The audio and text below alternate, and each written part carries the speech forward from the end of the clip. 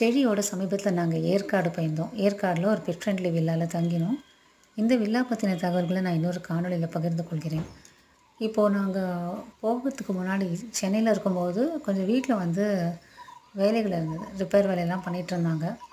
அதெல்லாம் செய்யும்போதும், அதுக்கப்புறம் தொடர்ந்து நானும் என் கணவரும் 1 நாள், 2 நாள் வந்து கொஞ்சம் அவசரமா ஊர் போ வேண்டிய வேலைலாம் இருந்தது.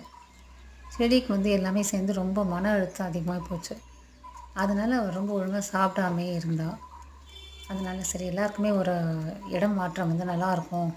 ஒரு 3 நாள் பயணம் போலாம் அப்படின்னு நாங்க ஏற்காடுல இந்த வில்லாவ எங்க நண்பர் குடும்பத்தினர் வந்து போயிட்டு வந்தாங்க. ரொம்ப அருமையா இருக்குன்னு சொன்னாங்க. அதுக்காக போனோம். ஆனா உண்மையிலேயே இது ஒரு நல்ல அருமையான மாற்றமா இருந்தது. ரொம்ப அருமையான இடம். இங்க பார்த்தீங்கன்னா, உங்களுக்கு இந்த பறவைகளோட ஒலி, மயில் அகவக்கூடிய இந்த ஓசை எல்லாமே கேட்குது பாருங்க.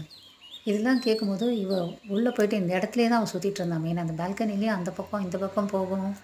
அந்த ஓசைகள் கேட்டு, அது திரும்பி திரும்பி பார்த்து, அவ ரொம்ப ரசிச்சு ரொம்ப மனசு ரொம்ப ஒரு ரிலாக்ஸ்டா நல்லா இருந்தது பார்க்க.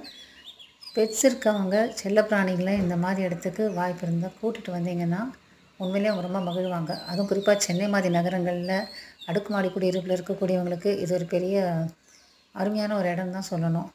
ஒரு குறுகிய காலம் நம்ம தங்கினாலுமே அது ஒரு பெரிய ரிலாக்சேஷனா இருக்கும். சென்னை வந்தோனே சரி ஒழுங்கா சாப்பிட கூட தொடங்கிட்டா. இது நல்ல அருமையான இடம் பாருங்க. பின்னாடியே அந்த ஓசை எல்லாமே கேட்குது. இத பத்தின முழு விவரங்கள வந்து நான் ஏற்கனவே சொன்ன மாதிரி இன்னொரு காணொளியில பகிர்ந்து கொள்கிறேன். நன்றி.